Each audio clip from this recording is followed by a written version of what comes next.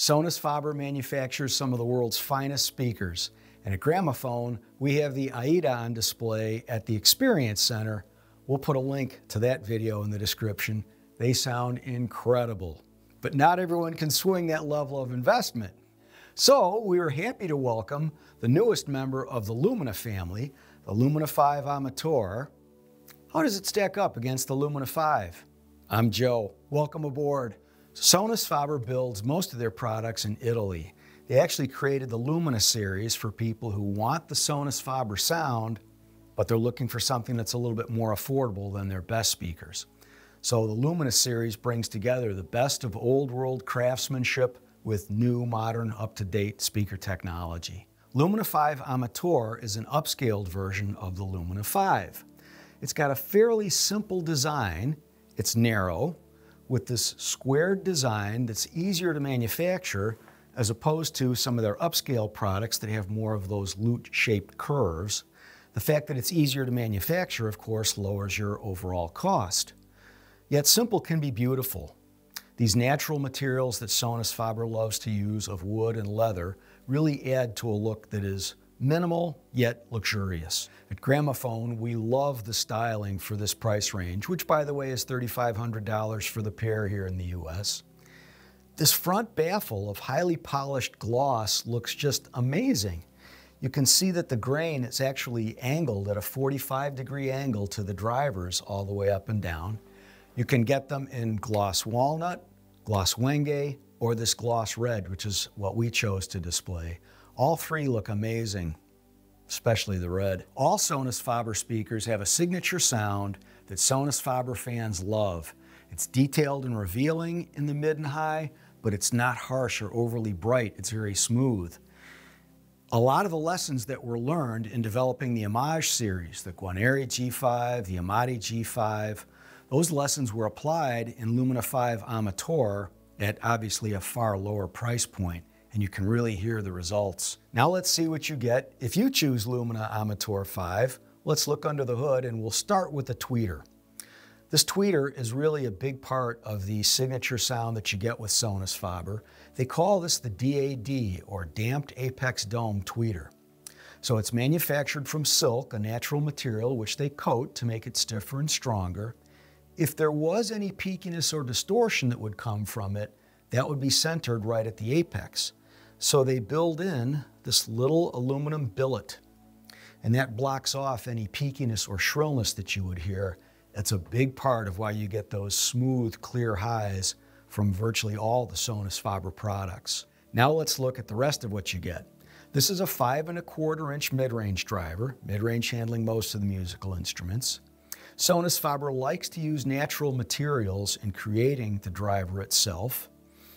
It's a sandwich cone, as you can see, and the sandwich technique allows you to make a lighter yet stronger driver. Sonus Faber uses rubber for the surround instead of foam. Typically both lasts longer and gives you tighter control over the motion of the cone. When it comes to creating the bass, we've got two 6½ drivers here. Those together have the same mass or area of a larger driver, so they can make deep bass notes, but without needing that wider baffle that you would need if you had a bigger driver. So cosmetically, a narrower speaker fits better into your home, and you minimize those diffraction effects that would happen if you had a wider front baffle. Crossover network is an area where this differs quite a bit from the standard Lumina 5. Sonus Faber learned a lot in developing the Amati series. The crossover network acts as the traffic cop, directing the signals where they should go. And the crossover points here are 260 cycles from the woofer to the mid-range, and then 2,850 cycles from mid-range to the tweeter. So they've raised the crossover point quite a bit based on what they learned with the Amati series. So what does that crossover conversation have to do when you're listening to music? You'll notice two things, I think, at least, versus Lumina 5. Lumina 5 has an excellent sound stage, but the Amator has an even wider and deeper sound stage. You can really hear where the musicians are in relation to each other. Plus, you get, I think, clearer and deeper bass notes than what you'd get with Lumina 5. By the way, if you're enjoying this video, please like and subscribe. That helps us out a lot. And click that little bell icon so you're always notified of our upcoming content. Let's talk about our listening impressions when we listen to music. Aaron Neville does a version of Everybody Plays the Fool. And when we were listening, we could really hear those vocal harmonies just layered together in a way that made me feel like I could clearly envision the musicians literally standing in front of us. There's a British musician called Sonus, and he's got a record called Tremors that I think is about 10 years old or so. When we were listening to it, the bass sounded rich and full, but very natural. It didn't sound bloated or boomy at all when we listened to Amator 5. The Tanichi Sonata big band recording of Dave Brubeck's classic jazz cut, Take 5, sounded amazing. The drums sounded so crisp and clean and clear, really kind of up front, but not in a way that distracted us from the rest of the musicians at all. It sounded just perfectly blended together. Big nod to the crossover network that they did here. The off-axis response was very good. When we listened to solo piano, solo acoustic guitar, that sort of thing, you get this nice, open sound stage, which is really what you want. The relationship of high-end to mids to bass, I would characterize as excellent, and that makes us think that Lumina V Amator is really characterized as a good all-rounder. Almost any type of music that you enjoy, you'll be happy with this one. How easy is it to drive Lumina V Amator? It's relatively easy. It's an 89 dB efficient speaker, so you don't need a mega amp to drive it.